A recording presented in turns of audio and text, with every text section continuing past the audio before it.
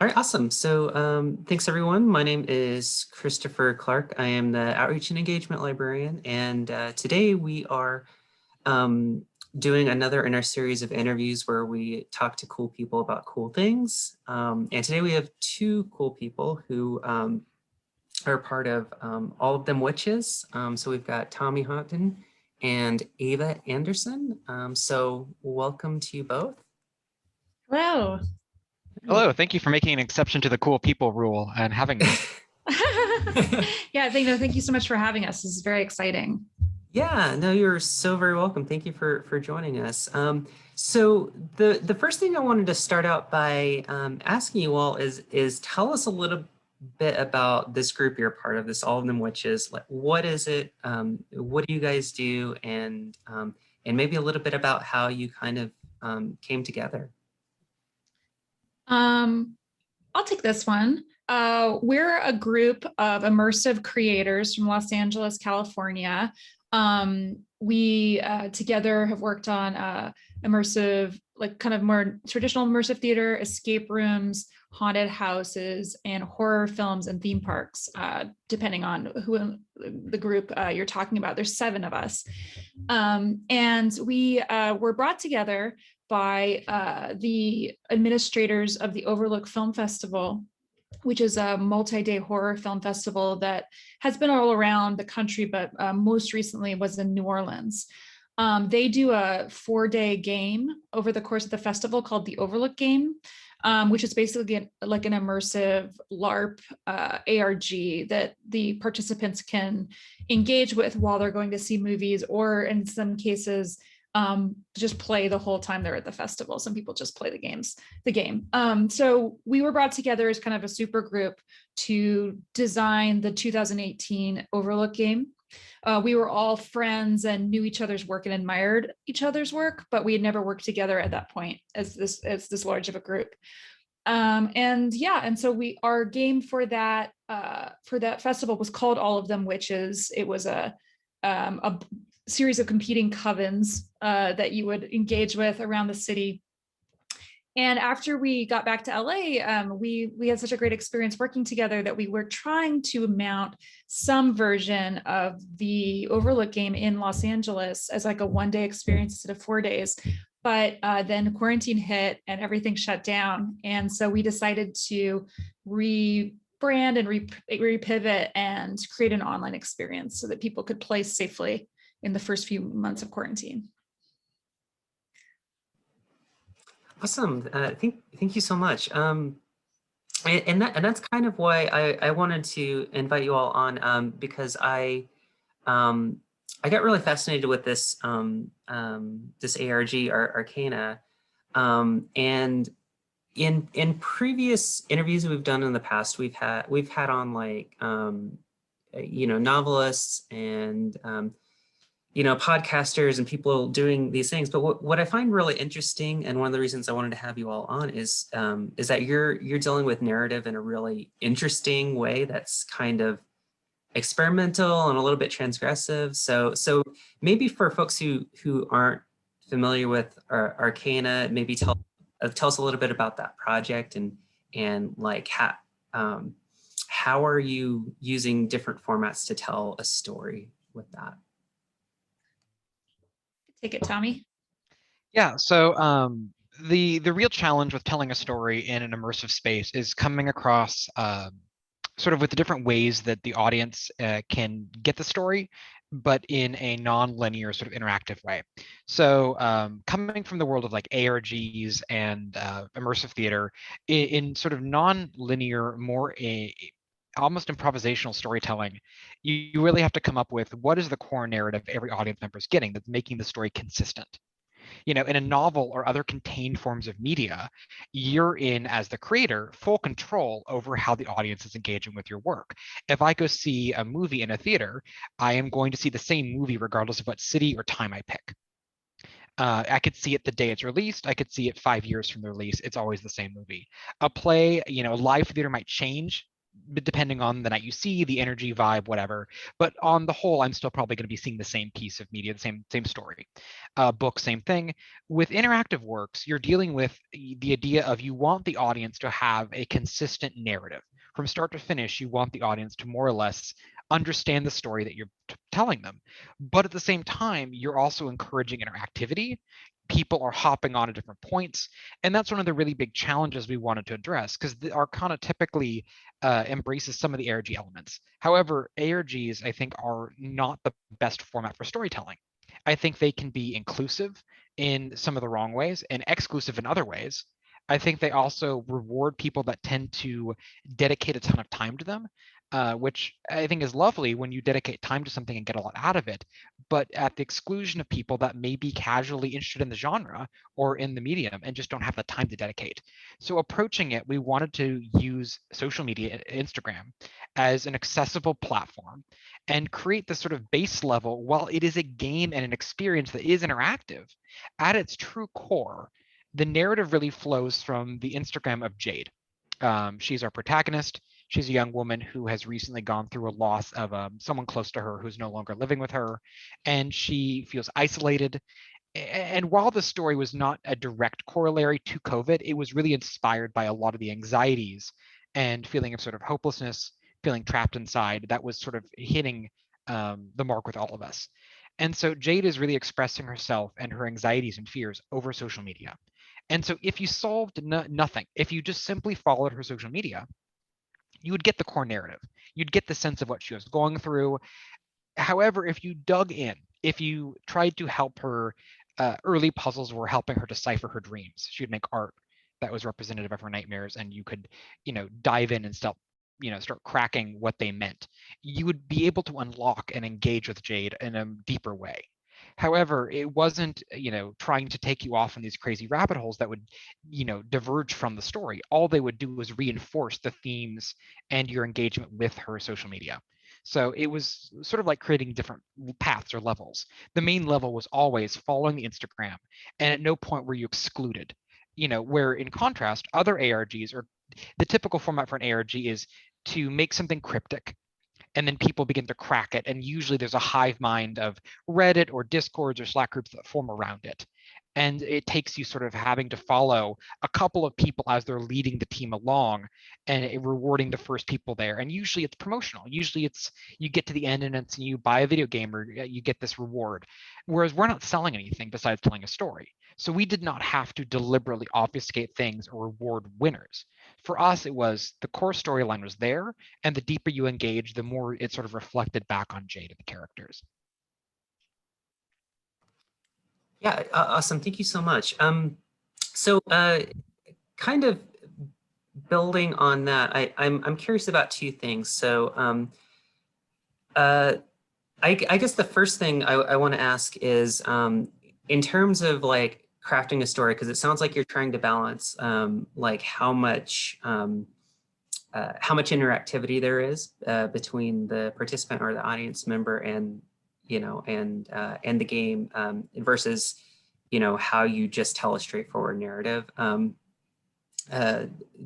Like how did you go about trying to find that balance? Like what feels too interactive to where it's like as you mentioned, maybe exclusive, and what feels a little bit more accessible while still having a sense of mystery, I guess. I mean, the one thing that was really fun about this and our specific audience that we got in May of 2020, we ended up around 2,000 people altogether participated, was that there were people who were hardcore ARG players that mostly came to us from a subreddit that I foolishly posted on. And then all of a sudden we are engaging with some really, really hardcore players who were brilliant. They were the ones who did make a Discord and did do like the classic ARG stuff. And then we also had some fans of our work, players from the Overlook Festival, who were kind of a mix of casual and hardcore. They really engaged with the narrative, but they also were good at puzzles. And they were working off of a Slack that they had created. And then we had just had a lot of people that have never done anything like this before, who just were bored and wanted to try something fun. You know, little groups of friends would join together and play, and we wanted to make sure that those players were rewarded as well. So what ended up becoming kind of a hinge point was, and we didn't realize it until the game really got going, was the ability to DM the character. And as the game went on, characters, because by the end we had basically 4 main characters that were in play, and all of them were like accessible through email or text messages, basically. And so even if you were just a kind of casual player, you could DM Jade, and she would respond, and she'd give you kind of a personalized response to whatever you were saying. So, you know, if someone was giving her the solution to a puzzle, they would get rewarded with this kind of cutscene interaction. To do like a video game reference. But if you're just like razzing Jade about how dirty her room is, like she'll like joke with you. If you you know, we had some players that like took her very seriously because she was clearly troubled or depressed, and we're, you know, giving her advice on how to cheer herself up, and she would talk to them about it. I would sometimes, and we would kind of organize ourselves, because the 7 of us would take turns, along with the actress Nuria Duhart, so 8 would take turns being Jade for different chunks of the day. And so we would coordinate her voice on a Slack channel to make sure that we kept her attitude consistent, that we knew what kind of the responses were to different sort of things people might say during the day, and what we were not talking about, things like that. But basically, yeah, so creating this whole level of just social interaction ended up rewarding a whole other level of player than the ones that Tommy was describing, you know, like the really hardcore ARG people. And ended up becoming like a really important just aspect of the game by the end, was just the emotional connection that the players had with the characters. Yeah, and I think it's about really coming up with the accessibility for both of us, you know, both ends. You know, we were a limited team of people. There were obviously a lot of us, but the same token, you know, we were all working on other stuff. So the challenge was, you know, coming up with, you know, this balancing act of making this sort of narrative straight path of we're not blocking anything off narratively. So you don't have to solve a single thing. You can follow the story from start to finish. So that meant that every puzzle or potential interaction point had to have some reward, which, you know, as Eva mentioned, you know, were kind of the cutscenes and getting deeper into the psyche and storytelling of the characters. But we also didn't want to make it so easy that, you know, everything felt simple. So the puzzles were divined in a way that some of them had second levels, where essentially, you know, you would solve something, you know, and once you solved it, you get some story content. But then there was usually a meta or a secondary level that was harder to get to. That was for the hardcore players. Because to me, it's like, I don't ever want to exclude people because they happen to be really good at puzzle solving and make things just really simple. But at the same time, you don't want to make people feel dumb. You know, these things are about empowering people and giving them story rather than being like, look, I'm smarter than you. So that was really the rewarding thing, was if you didn't know that there was a secondary level to some of the puzzles, they weren't there. It wasn't blocking you from progressing. And so by creating that one straight line, everyone was able to witness the full story, but then you were able to unlock those layers if you really wanted to go that deep. And so that was kind of the balancing act we had to really strike to make it accessible for all players. And also for us, you know, there was a lot of scheduling to make sure that the individual messages were responded to. You know, so we would take shifts, because I think we looked at the idea of, you know, researching chatbots. And I've done worked on some larger scale ARGs and seen these giant budgets. And at the end of the day, not to knock these amazing projects, the chatbots are really hollow. There is hard to build any kind of intimacy or have this sort of sense of relationship to these characters because they're scripted. And as AI, you know, and machine learning get better at being able to, you know, articulate responses, and you can build bigger scripts, it felt for us having shifts to really generate these organic responses to characters was really important. And so while it was overwhelming during the new post days, that it was to us, I think, part of the secret sauce that made this, you know, these organic connections happen. And That was important. And also, it was also just accessibility. I think ARGs, love to traffic in, this is not a game, and this ethos of, um, that anything can happen anywhere is, the playing field is everywhere. But for us, we kind of called BS on that.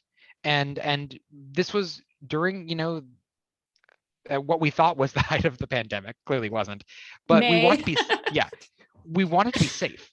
And so the idea of ARGs, people like to go digging in parks and try to find hidden objects. So we made a very clear expectation list and rules. And one of them was you never have to leave your house. Some people call BS on ARGs that pull back the curtain. But for us, we wanted to make it very clear. And by making it clear to us, it was more accessible for anyone, because you didn't have to worry about, oh God, something's going to drop at 2 a.m. on a Thursday and I've got to just refresh. That kind of turns off a lot of players when you sit there expecting you got to spend 24 hours a day watching this thing. So by saying, don't go outside, nothing will require you to leave your house. Labeling all characters and accounts as being explicitly part of Arcana. Listing the days and times the game would work. We made it specifically clear we'd only operate in certain days and certain times. So off times, nothing was going to happen. You didn't have to check anything. So it made it very, and we also did weekly recaps. So trying to make it as accessible as possible for people that just didn't have the time and weren't sure about who they were talking to, because the internet's it's a rabbit hole. You may solve a puzzle and get a certain word and suddenly find an account that happens to seem similar but is not connected.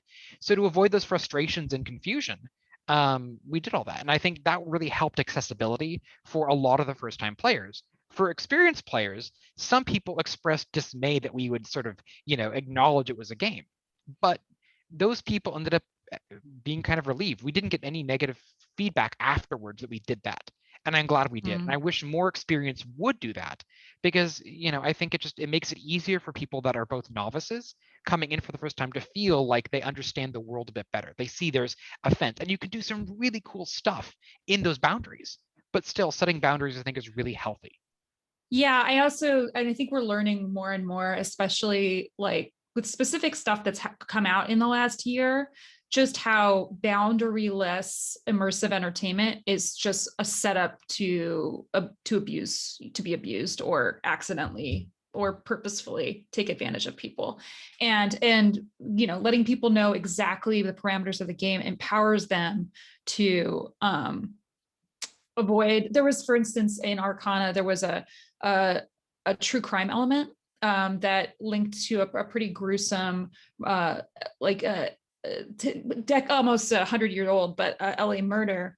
And there were a lot of players that just didn't want to engage with it, that said it was too weird, too gross, and they didn't have to. I mean, there's a totally ways to play the game without having to, some players became experts in the story and the various crimes that we dragged up and made dossiers and were like really becoming experts. And other people were like, I can't do this. And so, and I feel like letting them know that, this is in game, this is not in game, let them know that they didn't have to, that there was still plenty of content, that they just respecting people's emotional boundaries and trying to keep people emotionally safe, not just physically safe, is actually super worth it. 100%. Like, content warnings are so valuable. There's been pushback in some of the immersive interactive communities because they say, oh, content warnings spoil it, it removes the immersive nature of it. But to me, again, I think you have a duty of care to let people know when you're dealing with subject matter that could potentially be frightening or scary or trigger something. And so I think, to me, it's like I like having them there, and if people choose to ignore them, that's their own choice. But putting them there and making it clear that we're trying to watch out for people, I think it's the next evolution of where the space needs to go. For a long time, there's sort of this Wild West approach where you hear these crazy ass stories that you're shocked about early ARG days, and how people would go down crazy rabbit holes, getting arrested and doing insane things, thinking that the world kept expanding. And while that feels nice, it's a recipe for disaster. And people either intentionally abusing that situation, that trust, or in New Orleans, for example, with the Overlook Film Festival, the festival had gotten away for years being in small, secluded areas with doing really cool stuff at night. But in New Orleans, it's a little different story. with crime being a big deal there, when people get invested in the game and you say, here's a clue, and you're telling them to go to a safe spot, but they interpret it as go into a dark alley at 2 a.m. and someone comes up with a gun, they could easily think that's part of it. And you don't ever want to put players in that position of danger. When they're playing in that world, I think setting those boundaries is so careful. Those are extreme examples, but it's that level of we don't want people to get hurt, especially during COVID. But I think, yeah, as Eva said, I think these are going to translate to hopefully a set of practices and best practices for the industry at large. Yeah, that'd be great. Yeah, thank you. I think that's really interesting, and I'm glad you brought that up because I feel like what you mentioned about boundaries and and just making the play experience safe really kind of echoes a lot of conversation that's happening in the role-playing world too, with like things like lines and veils and X cards and all of that. So yeah, I think that's super important, and yeah, so thank you for highlighting that. And I wanted to mention too, just because you were speaking earlier about I guess the depth to which like people can get into it or can maybe stay apart from it. And one of the things that I found so interesting about what you all are doing is it reminded me of my own experiences in junior high when the Blair Witch Project came out, which is always the example I use, with my students when I talk about transmedia narrative, right? Mm-hmm. Well, like, yeah, the movie was solid and you can have a great experience just watching the movie, but really, like, you could also watch the documentary and go to the website and follow, it's kind of like this, all these layers to the narrative that are there if you want to engage. I was just, oh, sorry, but did you know what happened to Burkittsville after the movie? Like, they were overrun with kind of LARPers LARPing the movie and like stealing things from the cemetery. They ended up like hiding the town sign because it got stolen so much and they didn't want people to know what it was. And so the actual destruction that happened, I guess the movie theater in Burkittsville refused to play the movie. Like they were so mad about it. Oh, holy smokes. Yeah, it's really fascinating. But that was just like, it just came into the real world and there were no bounds. And it really, really pissed people off in an interesting way. I remember seeing that. I remember reading because I was that prime demographic. I remember reading about it, and the marketing for that was brilliant.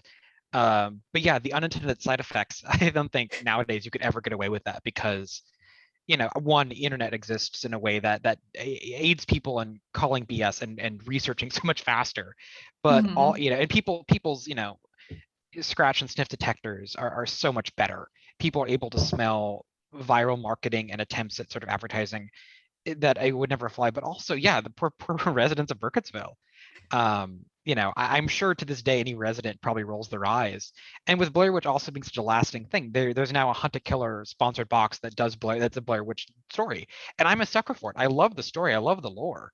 But I don't think they'll ever be able to get back to that original level of engagement because, yeah, like you said, the content blurred reality so well, and the marketing just dovetailed right into that. But yeah, it was just brilliant marketing.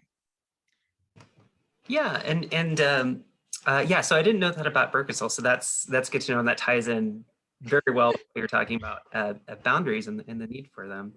I wanted to ask a little bit about just the experience of working together as a group, like on these big collaborative projects that have all these moving parts. And mainly I wanted to ask, like, I guess about the experience and how you're utilizing your like specific skill sets and just kind of what that's like working in a group. Does it make the process more surprising for you, right? Having these other ideas moving around and these other skill sets kind of interacting with the project.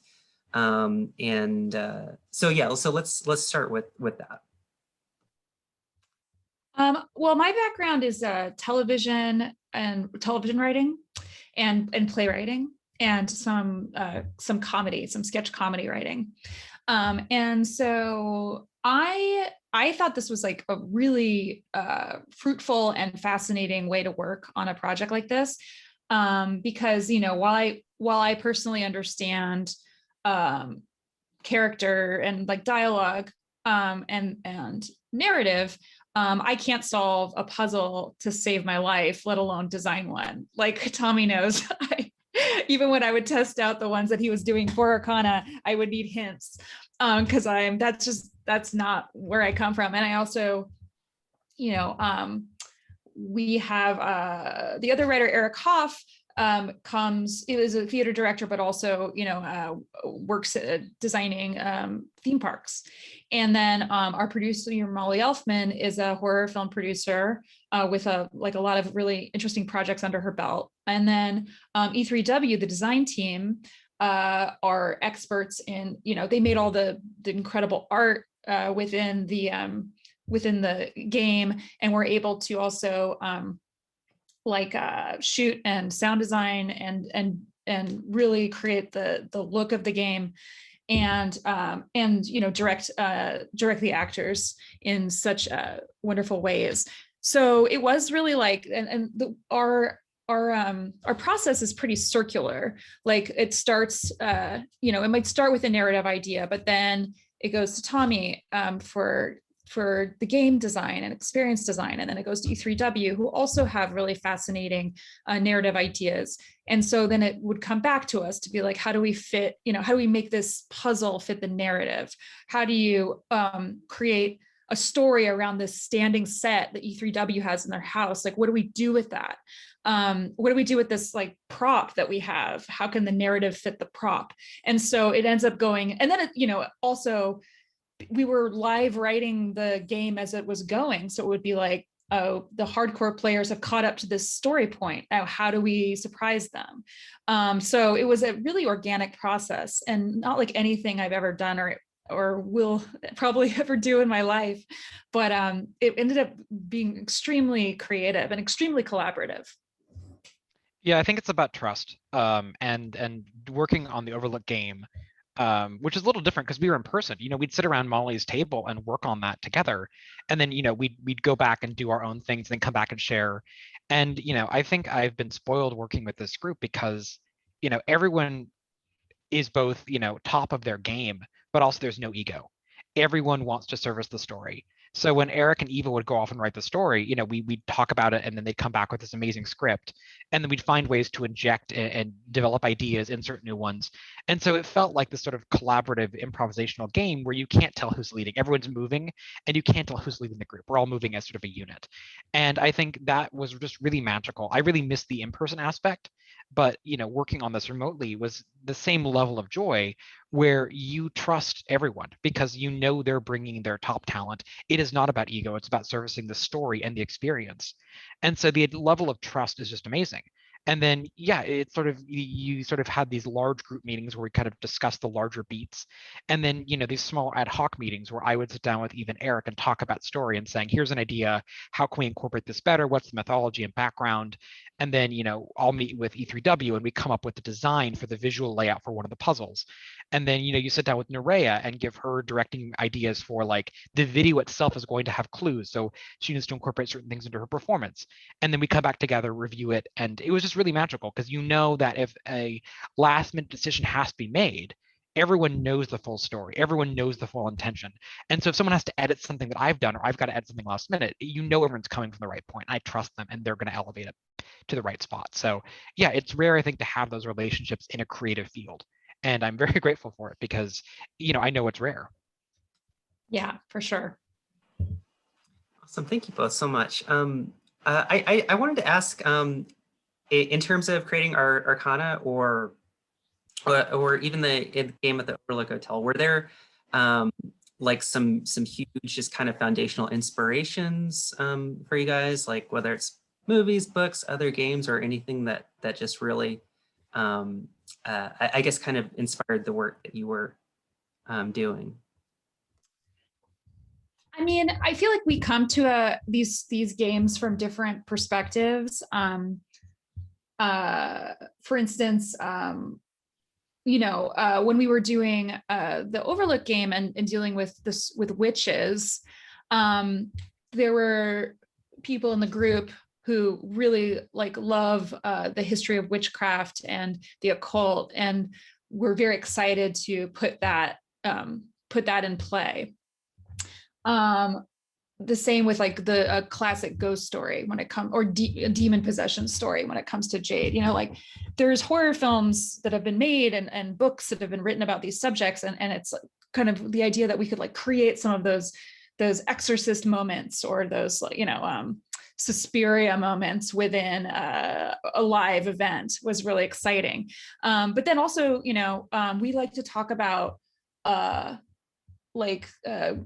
social issues. A lot of the Overlook game was about gentrification, and then with Jade, you know, we were dealing with abuse and mental illness, and a lot of issues, also like the looming specter of COVID. And then we also, for me personally, I'm really interested in the historical element. So, you know, we were able to tie some like New Orleans history into the Overlook game, and some LA history into Arcana.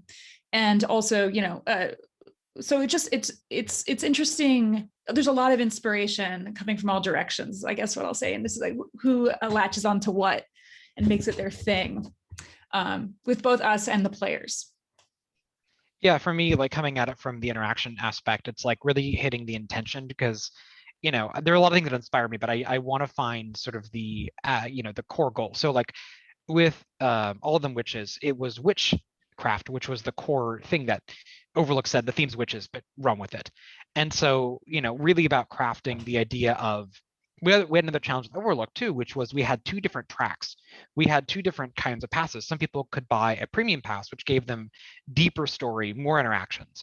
And then you have the more casual players who would be able to hop in and out. So we made a complicated choice, but one that was, you know, we had two different sides, two different rival covens in the story. And so in it, each path was aligned with one coven. So, you know, even though they got some similar scenes, the context of the scenes would be different depending on what your point of view is and who you're aligned with.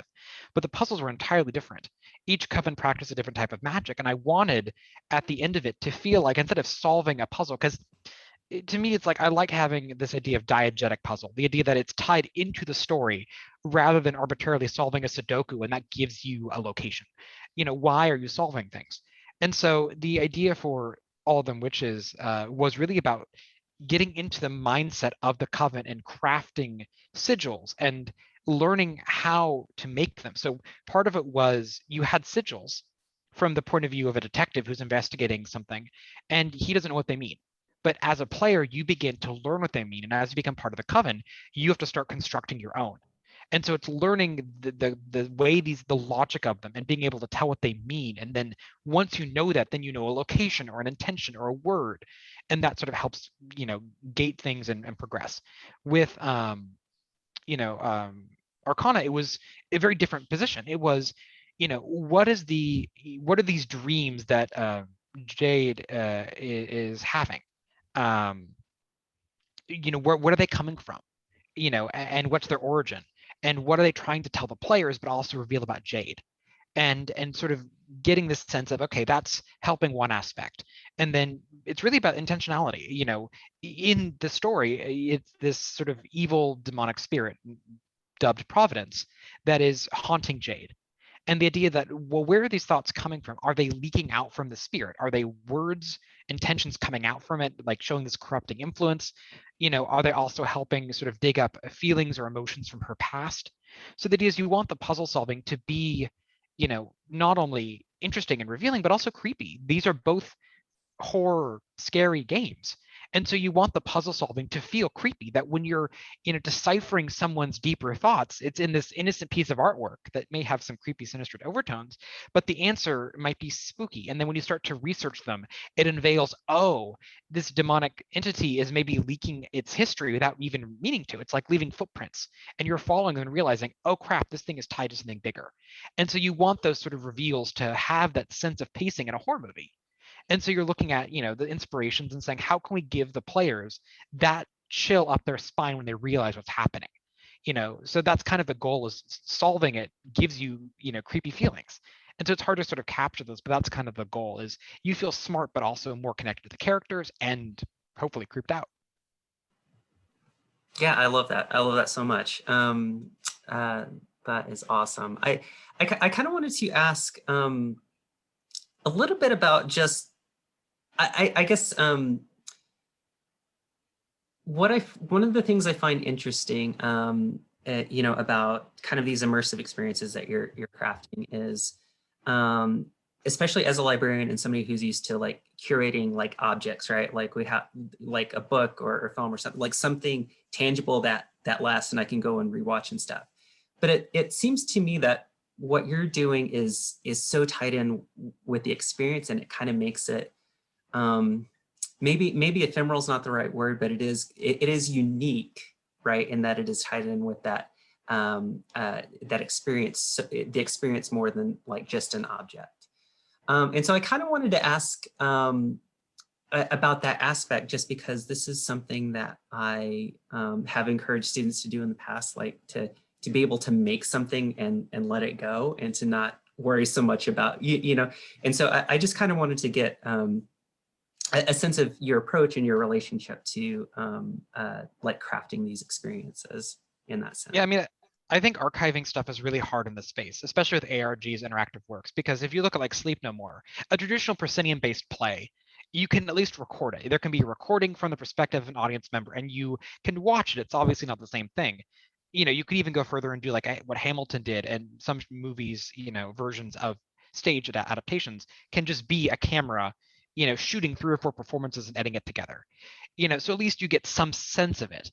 But like a Sleep No More or an immersive piece that is more or less reflective of your experience and your agency as an audience member is a lot harder to archive and preserve, because it's the kind of thing you had to be there and you had to experience it yourself to get the full view. There's no position you could put a camera. I guess you could put cameras everywhere and archive it, you know, with a 3D camera, or doing sort of a Unity engine where you record the performance in some sort of, you know, capture 3D studio and maybe let people move around, because the experience is movement. With this, it is not just, you know, looking at the posts, which are still up. And we do have a recap of the story, which you can go read, but experiencing it in the sense that, I mean, look at TV. I think TV series are a very close comparison, because if you watch something, a Game of Thrones or appointment television, that is an event and then it ends, and then you have a week to sit there and theorize. You know, WandaVision, I think, actually captured that recently, where something ends and then you have a week of people talking, the social aspect of it, where you're conversing and talking and wondering.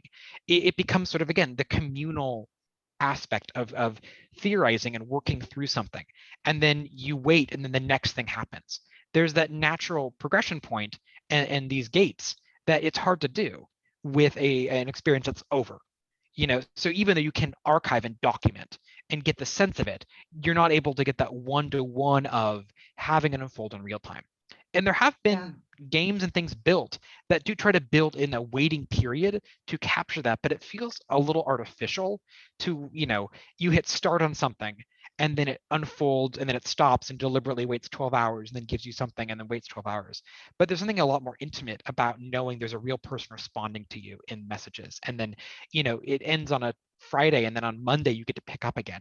So there's something really, I think, that even though you can capture it, you know, and archive it for, you know, purposes of history and showing it off, I think there is something about the immediacy that makes it exciting.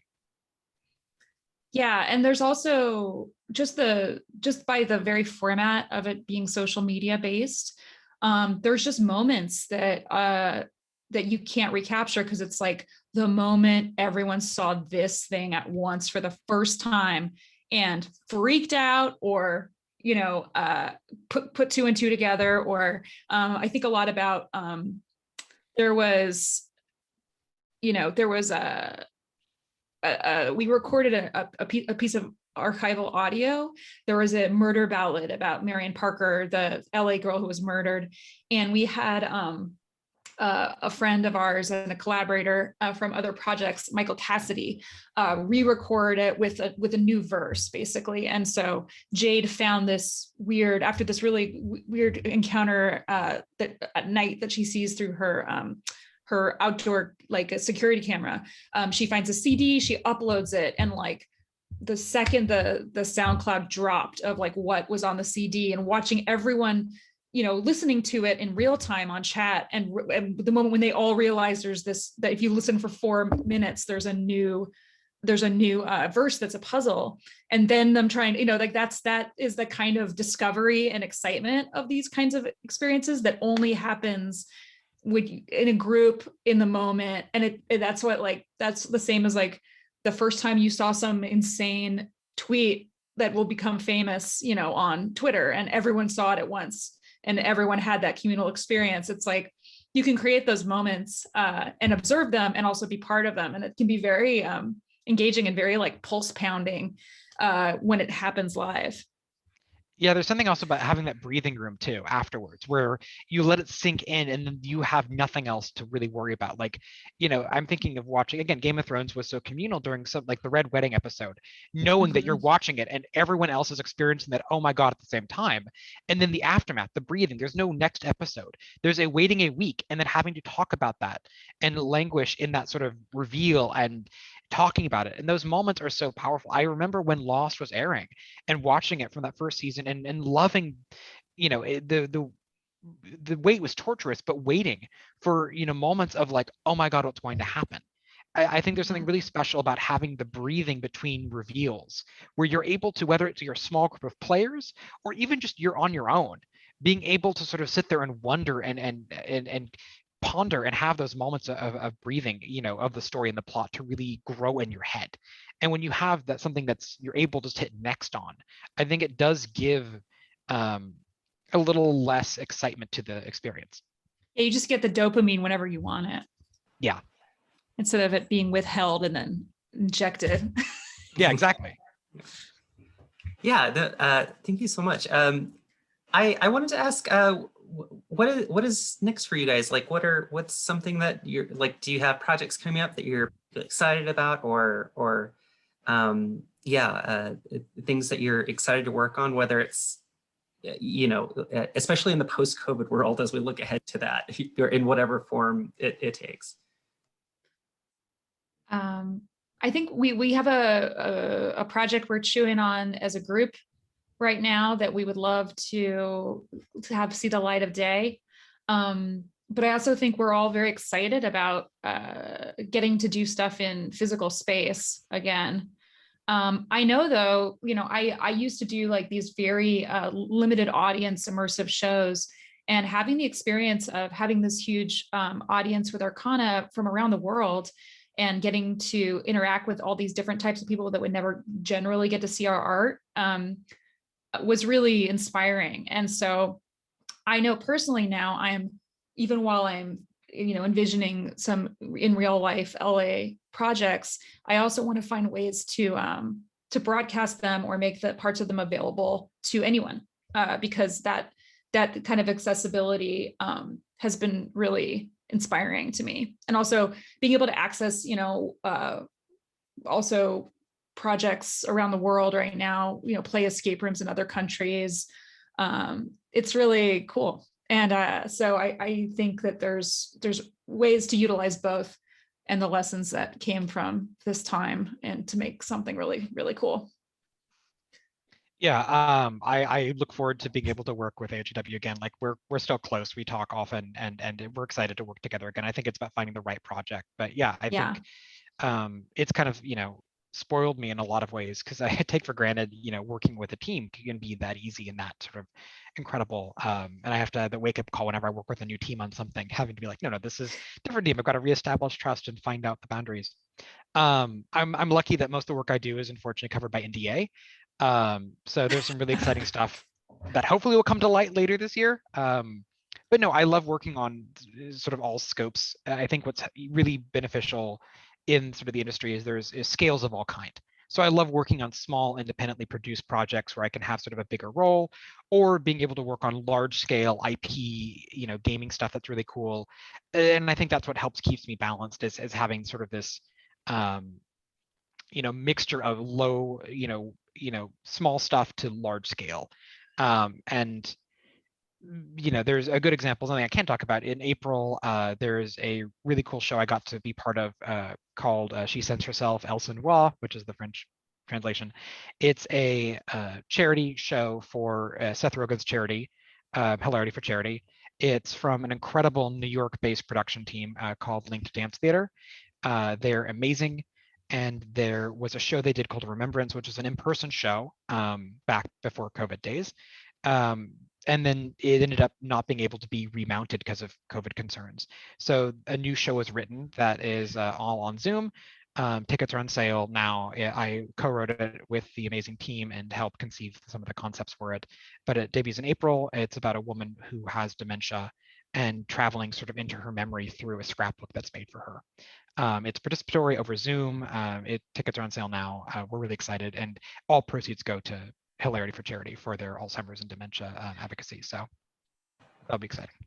Awesome. Yeah, thank you so much for sharing. I want to be mindful of everyone's time. So I just, by way of kind of wrapping things up here, I just wanted to thank you both again for coming and for chatting with me.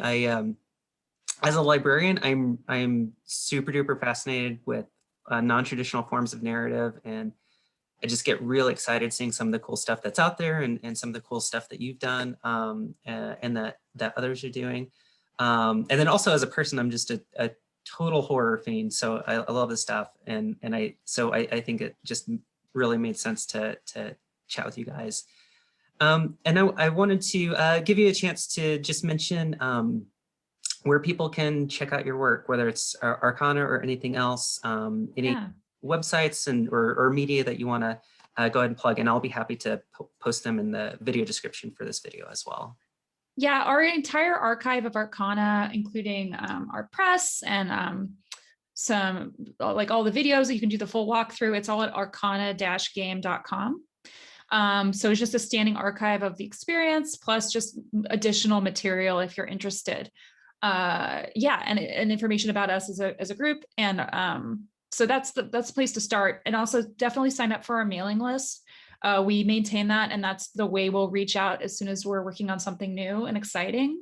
So yeah, please, if you haven't and you're interested, just go sign up. And why not just follow Jade on Instagram? She's just fun to have in your feed. Awesome. Yeah. And my Twitter is Eva Fay, EVAFAY. So you can follow me there.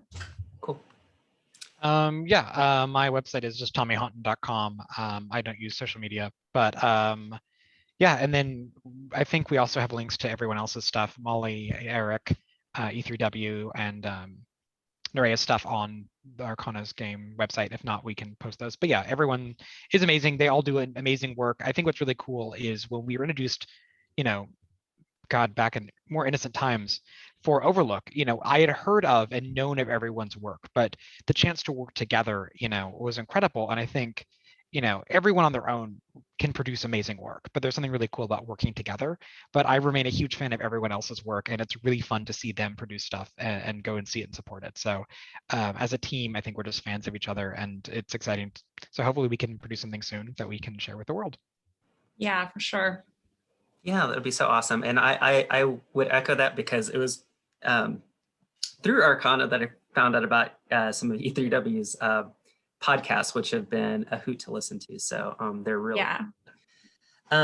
yeah. So thank you again so much. We'll go ahead and wrap things up there. I will provide links in the video description. And I know you both are super busy, so again, I really appreciate you taking the time to chat with us and to share some of your insights with us here at the library. So thank you again. Thank you, Christopher. This is great. Thank you. Yeah, you bet. Thanks, Ava and Tommy. We'll see you later. Bye. Bye-bye.